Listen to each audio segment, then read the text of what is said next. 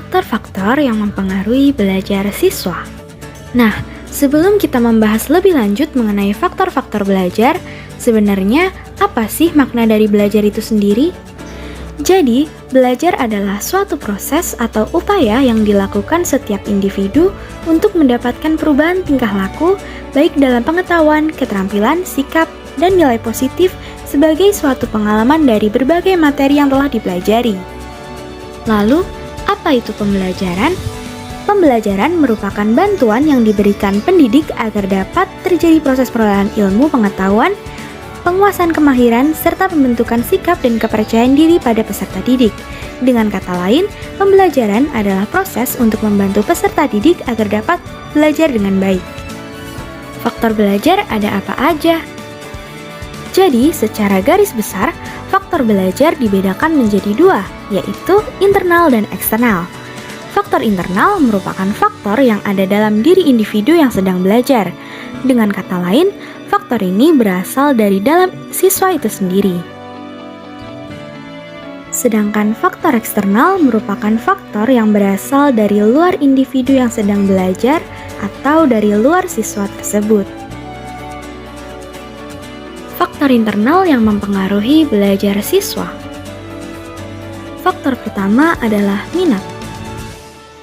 Minat berperan penting dalam proses belajar karena merupakan kecenderungan dalam menentukan sikap untuk melakukan sesuatu. Dengan minat yang tinggi, peserta didik tidak akan merasa terbebani dalam belajar, sehingga dalam proses belajar, peserta didik akan menjalankan kewajibannya dengan baik. Faktor kedua adalah motivasi. Motivasi adalah proses yang memberi semangat, arah, dan kegigihan perilaku. Artinya, perilaku yang memiliki motivasi adalah perilaku yang penuh energi, terarah, dan bertahan lama. Dalam kegiatan belajar, motivasi dapat dikatakan sebagai keseluruhan daya penggerak di dalam diri siswa yang menimbulkan kegiatan belajar, yang menjamin kelangsungan dari kegiatan belajar dan memberikan arah pada kegiatan belajar, sehingga tujuan yang dikehendaki oleh subjek belajar akan tercapai. Faktor ketiga adalah perhatian dalam belajar. Perhatian merupakan melihat dan mendengar dengan baik maupun teliti terhadap sesuatu hal. Dalam kegiatan belajar, siswa harus memperhatikan, mendengarkan, dan mengerjakan bahan ajar yang diberikan oleh guru. Untuk mendapatkan hasil belajar yang baik, maka sebagai seorang peserta didik harus mempunyai perhatian dalam materi dan bahan ajar yang diajarkan oleh guru. Faktor keempat adalah kesiapan belajar. Kesiapan siswa dalam proses belajar dapat dilihat ketika siswa dapat turut aktif dalam melaksanakan tugas belajarnya, terlibat dalam pemecahan masalah, serta menerapkan apa yang telah diperolehnya dalam menyelesaikan tugas. Semakin baik kesiapan yang ditunjukkan peserta didik dalam belajar, memungkinkan peserta didik memperoleh prestasi belajar yang baik. Faktor eksternal belajar. Yang pertama adalah metode mengajar. Metode guru mengajar adalah cara mengajar yang dilakukan guru dalam proses belajar agar peserta didik dapat menerima, memahami, serta mengembangkan pelajaran tersebut. Apabila metode mengajar yang digunakan guru tepat, maka peluang memperoleh hasil pembelajaran para siswa yang sesuai dengan harapan pun akan lebih besar. Faktor kedua adalah fasilitas sekolah. Sarana pembelajaran meliputi gedung sekolah, ruang belajar, lapangan olahraga, ruang ibadah, dan lain sebagainya. Keadaan kelas serta fasilitas yang baik dan lengkap akan memberikan rasa nyaman untuk peserta didik dalam menerima bahan ajar yang diberikan. Jika kelasnya kondusif dan tenang, maka akan memudahkan peserta didik dalam berkonsentrasi dalam belajar. Faktor ketiga adalah teman bergaul. Faktor eksternal yang terakhir adalah teman bergaul. Teman bergaul berpengaruh terhadap diri dan sifat peserta didik dalam proses belajar. Oleh karena itu, agar peserta didik dapat memperoleh hasil belajar yang baik, maka perlulah diusahakan agar peserta didik memiliki teman bergaul yang baik dan memiliki prestasi belajar yang baik pula. Masalah belajar yang sering dialami siswa. Yang pertama adalah malas belajar. Penyakit paling klise yang kerap kali dialami siswa adalah malas belajar. Apa sih penyebabnya? Hal ini dapat terjadi karena kita menganggap belajar adalah sesuatu yang nggak menarik. Belajar adalah sesuatu kegiatan yang membosankan, yang nggak jelas tujuannya buat apa.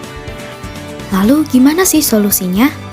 Caranya adalah dengan mengubah paradigma kita bahwa belajar itu sebetulnya bisa jadi sesuatu kegiatan yang menyenangkan. Ketika kita bisa mengubah cara pandang kita, maka belajar nggak akan lagi jadi hal yang membebani. Yang kedua adalah mudah lupa. Salah satu permasalahan yang kerap dialami oleh pelajar adalah mudah lupa terhadap materi yang barusan diajarkan oleh guru. Lalu gimana cara mengatasinya? Untuk mengatasinya, kita bisa mempersiapkan catatan dan alat tulis untuk menulis poin-poin penting yang disampaikan pada proses pembelajaran tersebut. Dengan begitu, kita dapat lebih mengingat poin-poin yang sudah ditulis tadi. Yang terakhir adalah benci dengan mata pelajaran tertentu. Ada nggak sih pelajaran yang kalian benci banget sampai-sampai kalian tuh muak sama pelajaran tersebut? Terus gimana cara ngatasinya?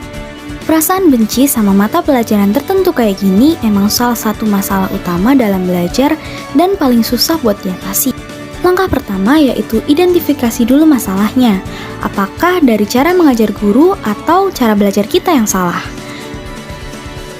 Salah satu solusi dari permasalahan ini adalah kita harus menghilangkan mindset negatif dari mata pelajaran tersebut. Pernah ngerasa nggak sih udah belajar mati-matian tapi ilmu nggak dapat apa-apa? Mungkin cara belajar kalian yang salah. Berikut adalah tips belajar efektif. Tips pertama adalah tetapkan tujuan. Cara belajar efektif dan efisien yaitu dimulai dengan menetapkan tujuan atau target. Menentukan tujuan bisa menjadi sebuah motivasi jika kamu mulai ngerasa kehilangan minat untuk belajar. Memiliki tujuan yang jelas juga membantu kamu tetap fokus dan konsisten selama belajar. Tips kedua adalah atur jadwal belajar. Belajar setiap hari adalah salah satu kunci agar hasil belajarmu lebih banyak terserap ke otak dibandingkan dengan belajar dengan sistem kebut semalam. Bahkan, jika kamu hanya menghabiskan 20 menit untuk belajar, itu lebih baik daripada tidak sama sekali. Tips ketiga adalah buat suasana belajar yang nyaman. Suasana belajar yang nyaman dapat membuat tetap fokus dalam belajar. Beberapa orang mungkin terbiasa dengan suasana yang sepi dan tidak banyak gangguan, maka bisa belajar di perpustakaan atau kafe yang tenang. Tetapi, ada juga seseorang yang belajar lebih cepat terserap jika sambil mendengarkan musik. Semua itu tergantung dirimu, maka kenali dirimu dan buat suasana belajar senyaman mungkin. Tips keempat adalah membuat ringkasan. Hal ini akan mudah untuk memahami inti dari pembelajaran tersebut. Sebenarnya, saat membuat rangkuman, kamu sedang mengulang materi yang telah didapatkan. Tips yang terakhir adalah pahami bukan menghafal. Beberapa orang salah dalam belajar pada hal ini. Seringkali seseorang malah menghafal materi bukan memahaminya. Padahal, sekedar menghafalkan pelajaran hanya akan efektif untuk ujian atau waktu jangka pendek. Sedangkan dalam jangka panjang, ilmu yang dihafalkan hanya akan mudah untuk dilupakan dan tidak meninggalkan manfaat apapun.